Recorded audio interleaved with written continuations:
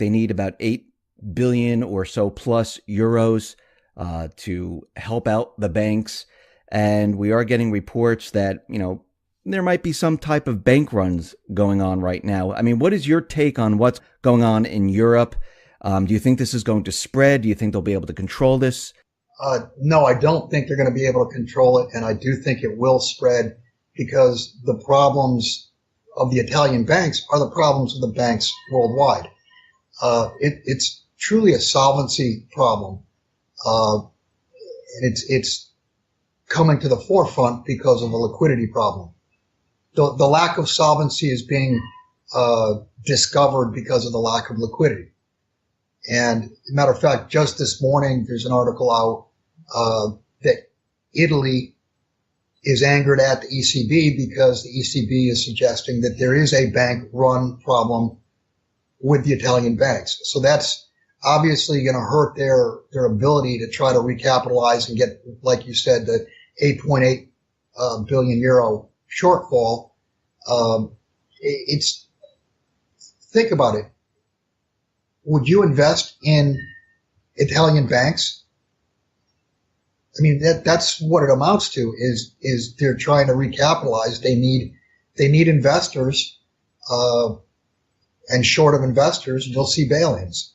So you do think that we're headed towards that bail-in type of scenario right now? Yeah, that's why the bail-in legislation has been written for the last couple of years all over the world, is because they knew this was coming. I mean, it's not a big surprise. This was pretty much a mathematical certainty that they're going to have to bail in depositors in order to survive. I mean, do you think these central banks are feeling pressure? Because, I mean, look what we had. We had the Brexit, where they said, you know what, we don't want to be part of the central banking system. We had the Italian referendum, and then here in the United States, Trump was elected. So do you feel the central bankers are feeling pressure right now? Oh, absolutely. And plus we've got the French vote coming up. And then later in next year, we've got the German vote coming up. And you can see the rise of populism. You can see the rise of nationalism. And that's simply because people are feeling the bad economy. People know that there's something wrong. And that something wrong are the policies that were put forth by the globalists. And it's being rejected. So with a French exit and who knows with Germany, I mean, you could see the European Union begin to dissolve. Do you think the central bankers will let it get that far? Do you think they'll let these countries go? Because right now, if we look at England, the UK, they had the referendum, the Brexit referendum, but they haven't initiated Article 50 as of yet. Right.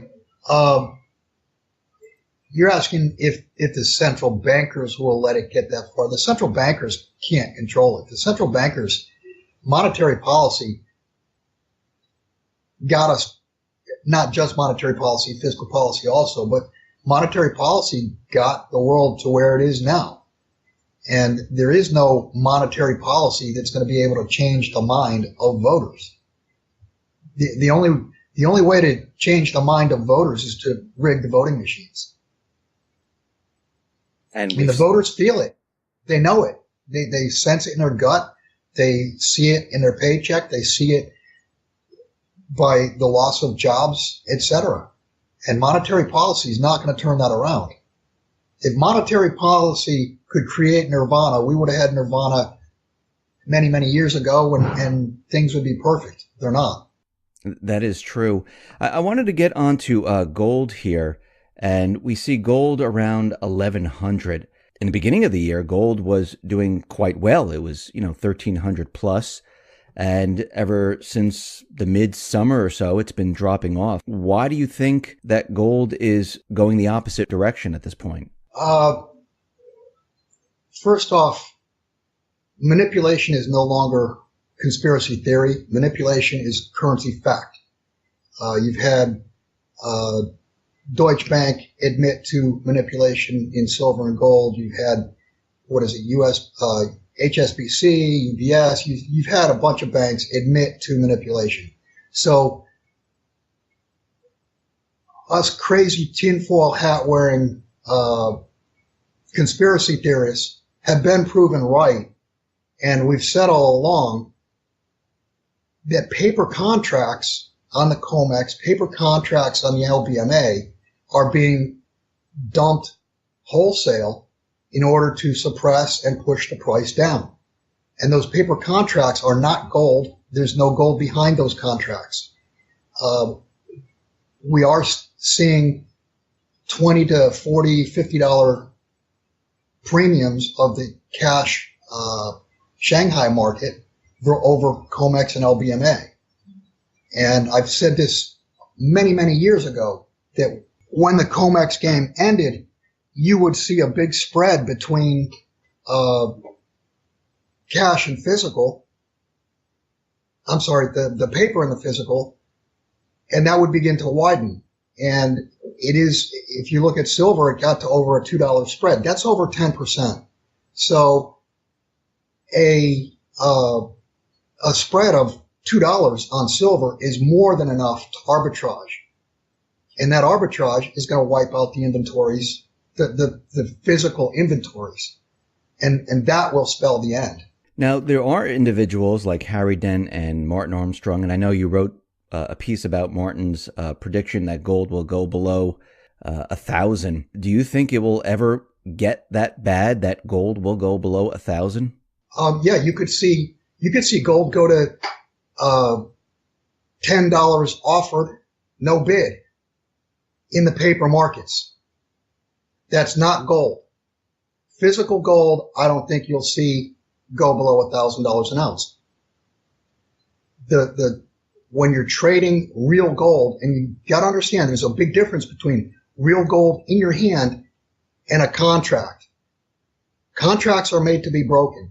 I do want to mention, as far as you brought up Harry Dent and Martin Armstrong. First off, Martin Armstrong, before he got out of jail, wrote about manipulation.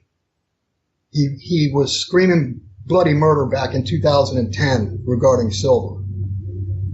He also did a calculation that I've done several times before. He did a calculation of, and this was 2011, of U.S. debt versus the supposed gold, and I think he came up with a figure of $25,000 or $30,000 per ounce. He forecasted $5,000 gold and said that that's extremely conservative. He more recently wrote that once he got out of jail, he's been a gold basher ever since. And then this past year, he wrote that gold was devalued in the 1930s, and then went on and tried to explain why and how it was devalued. Well, that's just plain false. That's completely false. Gold was revalued 71% higher in 1934. Gold was the best place to have money during the Depression. In a true deflation, what you want is you want money and liquidity, and gold is both. As far as Harry Dent is concerned, and I've written a couple articles on the flaws in his thinking, Harry Dent claims that the dollar was the best place to have capital during the Depression. And that's false. The best place was gold. Back then, gold and dollars were interchangeable. Before 1934, you could go into a bank with $20.67 and you could walk out with 1 ounce.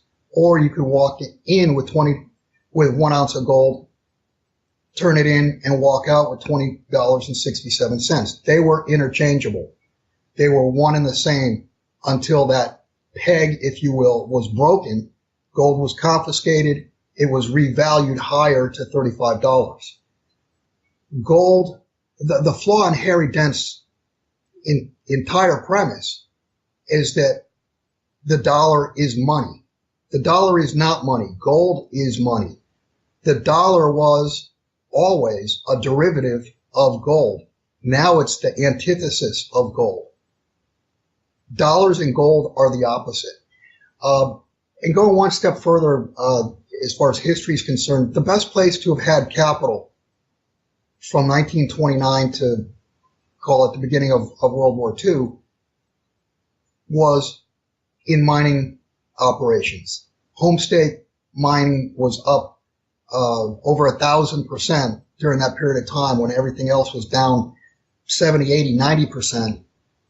And the dividends they were paying by the end of the decade were more than what the stock was valued when you could have bought it at first in 1929.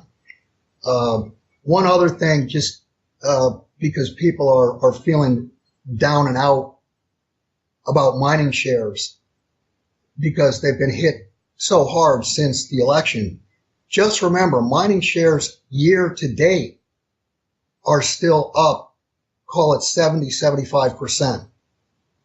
Mining shares, believe it or not, for 2017 have been the best performing sector, even though it doesn't feel like it. I mean, they've been crushed, and people from the election, they feel like they've been shot in the heart. We had the Fed right now, since we're talking about gold, and I'm thinking back to 2015 going into 2016 when they raised the interest rates by 25 basis points in December. We saw gold shoot up and the market come down. They did the same exact thing this December. What do you see happening as we go into January for gold and the market? Do you see the same thing happening? Well, I think ultimately gold and silver are going to all of a sudden be not available. Like I talked about before, the arbitrage factor of it. Gold has been going from west to east, and the Western inventories are not infinite. As far as the Fed raising rates, the Fed really had to raise rates because the markets forced them to raise rates. The Fed had to raise rates this year because market rates were up over 100 basis points. So the Fed follows. The Fed does not lead. If you look across the globe, everywhere, interest rates have gone up 100 basis points pretty much or more. This rise in interest rates is on top of the most leveraged economy and financial system in all of history. It's not only the most leverage of all time, but it's the leverage ratios are worse than they've ever been pretty much everywhere. And oddly, the country with the best debt to GDP ratio is Russia. If you look at the West, even if you look at China, debt to GDP has never been at these levels. And these higher interest rates are going to affect, they're already affecting housing, autos. You can see it. You can see the interest rates are already putting a squeeze on the real economy. And beneath the surface in the financial markets, there's very tight liquidity. And these higher rates are in the process of turning derivatives upside down because all derivatives have interest rates as an original premise, if you will. The interest rates are factored into derivatives when they're first created. So if you create a derivative and you're using the assumption of a quarter of a point or a half a point, and all of a sudden rates are 1% or 1.5% or what have you, it changes the dynamic of the entire derivative. So a lot of these derivatives are not even close to what they originally were meant to be or meant to look like. So, I mean, the Fed raised the rates, and before they raised the rates, we saw it was taking effect. And I mean, there were problems in the housing market where the rate was rising, mortgage applications were declining, and sales, they just didn't exist during this whole period. And if the rates continually rise, we're going to see a breakdown of the real economy. And my question to you is, I mean, they know this is going to happen. They know if they raise the rates, this is going to happen. Why would they do it then? Because they were forced to. If the Fed didn't raise interest rates, it didn't matter whether the Fed raised rates or didn't raise rates. the market raised rates. It doesn't matter what the Fed did or didn't do, mortgage rates went up. So if they didn't raise rates, they would look like fools. So they had to raise rates, but it was forced upon them by the market. And higher, you're right, higher interest rates are, you can see it. It's already crushing the real estate market. And think about what the real estate market is to the real economy, the jobs from the real estate market. And just go back to 2007, 2008. The real estate market can decimate the real economy and decimate financial markets pretty quickly. There's way more derivatives outstanding now than there were in 2007, 2008. So let's talk about the economy. We see that prior to the elections, they brought the unemployment rate down to 4.9%. We know that was for the elections to say, hey, look how great the economy is doing. And then we saw GDP move up to 2.9%. After the election, we see GDP revised and it was brought up to 3.5%. Unemployment was brought down to 4.6%. And we see the stock market continually going up and up and up and up, making it look like everything is absolutely fantastic. What are they doing at this point? Why are they pushing this illusion? Because we know what the real economic data reports. There's nothing good about the economy right now. Why are they pushing so hard to make everyone believe that the economy is so fantastic right now? It's all about legacy for Obama. I mean, the numbers, they held the system together. The numbers, the 4.9% unemployment rate, this latest GDP growth of 3.5% or whatever. Not one year did we have 3% growth. The growth numbers that they have put out over the years are clearly bogus. The unemployment numbers are clearly bogus. All you have to do is go to John Williams' shadow stats, and you can see what's really going on. We've been in, I wouldn't even say we ever recovered. I think what happened after 2008, 2009 is the economy bottomed, and we've been bouncing along the bottom all along. I don't think we've even taken out the activity levels that we had back in 2007, 2006. We've had, 8 years of, quote, recovery. Have you heard the word in the last 8 years? Expansion? Never heard that. The typical business cycle, when the business cycle was working before we got to debt saturation, and that's the reason we're no longer expanding, because there's too much debt and growth gets spurred by debt, but the incremental debt is not creating growth. But if you go back these last 8 years, there has been no expansion. There's been truly no recovery. What you saw was the economy, they arrested the decline and they were able to band-aid and keep the financial system together. And I think what you're going to see is, within the next couple of weeks, next couple of months, I think you're going to see some truth start to come out and the curtain be pulled back. And the real picture of where we really are is ugly. And I've said all along, we are completely ripe, completely primed for a collapse in economic terms, in financial terms, in all terms. So when you say the truth come out and the curtain pulled back, what do you mean by that?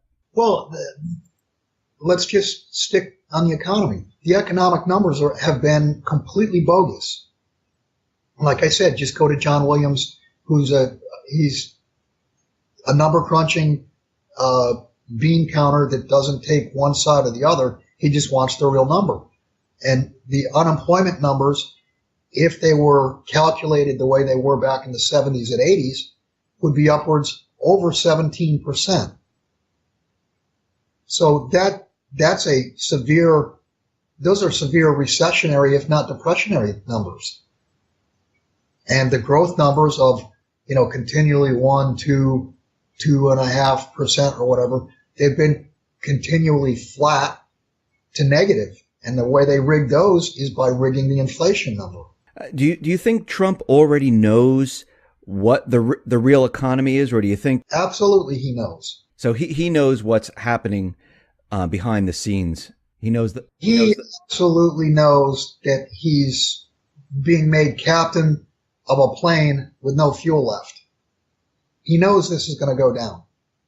And I've said the best thing, well, the second best thing, I think the best thing about Trump winning the election will be who and what his picks are for the Supreme Court. Beyond that, we are going to collapse. It's a mathematical certainty that the financial markets are going to collapse. And my thought process is at least we have someone leading the country who hopefully believes in the rule of law. I mean, had Hillary won or the Obama be able to go another 4 years or whatever, you could see the rule of law going away. And the rule of law for the average person would have been steamrolled. And I mean, with Trump as president, it's still not going to be a rose garden.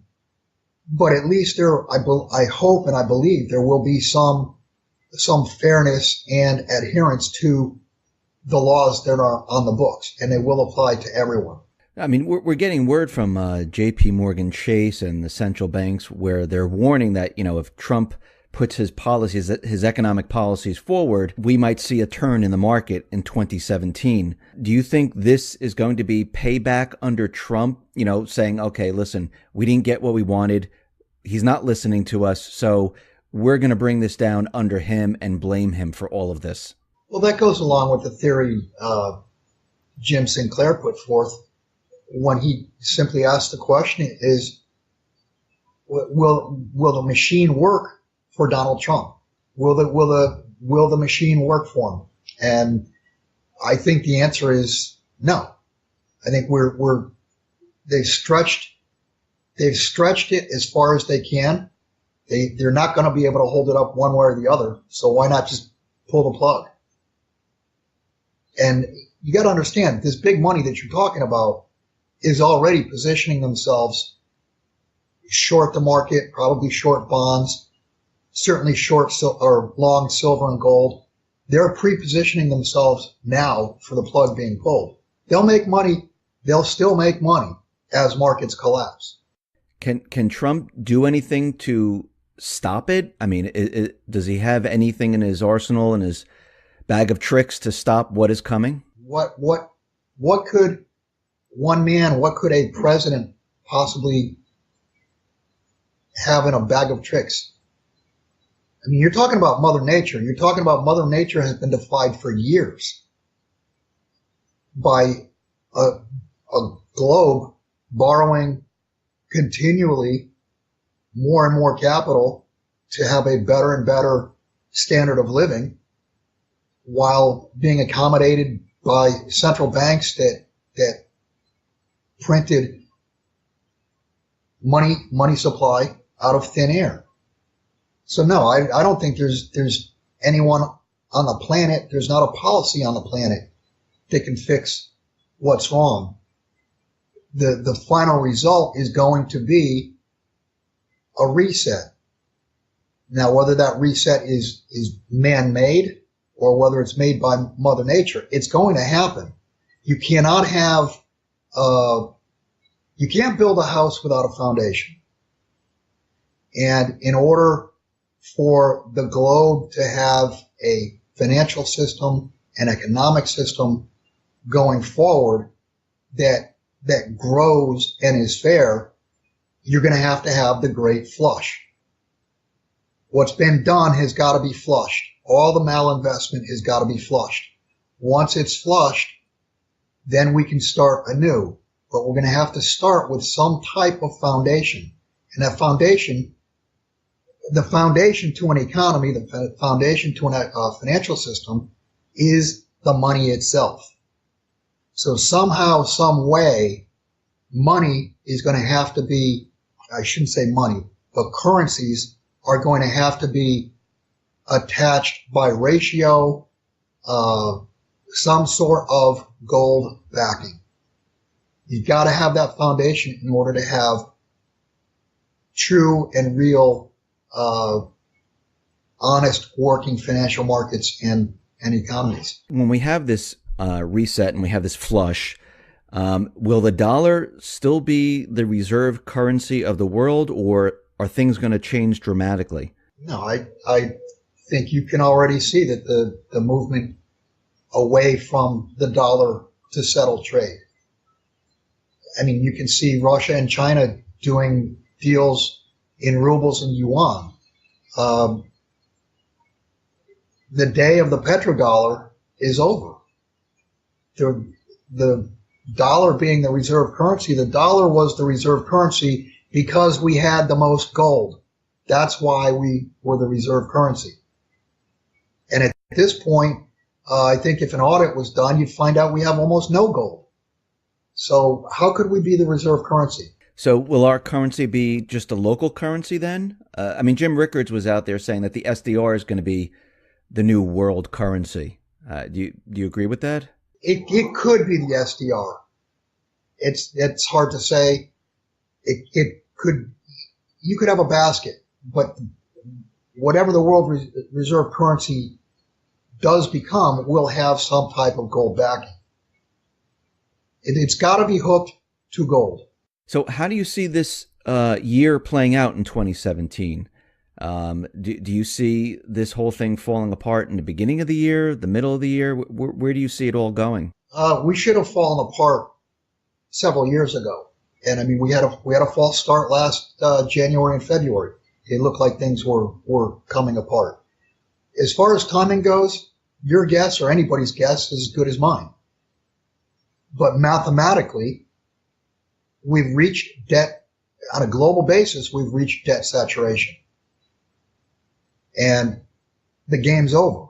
So it's a question of when. It's not if. It's going to happen, and I do suspect it will be this coming year in 2017. I think, like I said, I think there's going to be all kinds of truth that comes forward, and people are going to see for themselves that it's been a hologram. It's been a financial hologram.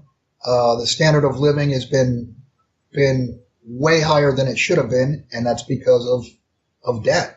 So when you say our way of life was too high, what level are we coming down to then?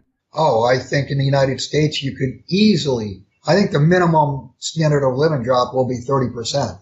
And I think you could see easily a 50% drop or as much as 70% drop in our standard of living. We've lived way beyond our means for the last, 50, 60 years, as long as the country has run deficits. A deficit, when a country runs a deficit, it means they're living beyond their means by whatever that deficit is. So, do the math. We've lived so far beyond our means, it's unbelievable. Bill, I want to thank you very much for being on the X22 Report Spotlight. Once again, how can people see your work? You can go to jsmindset.com.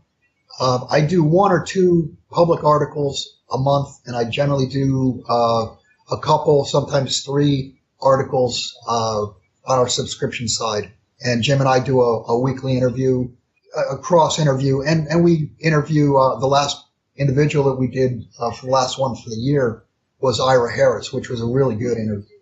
And that's also on the subscription side of the site. Bill, once again, thank you very much for being on the Spotlight. I appreciate it. Thank you, Dave.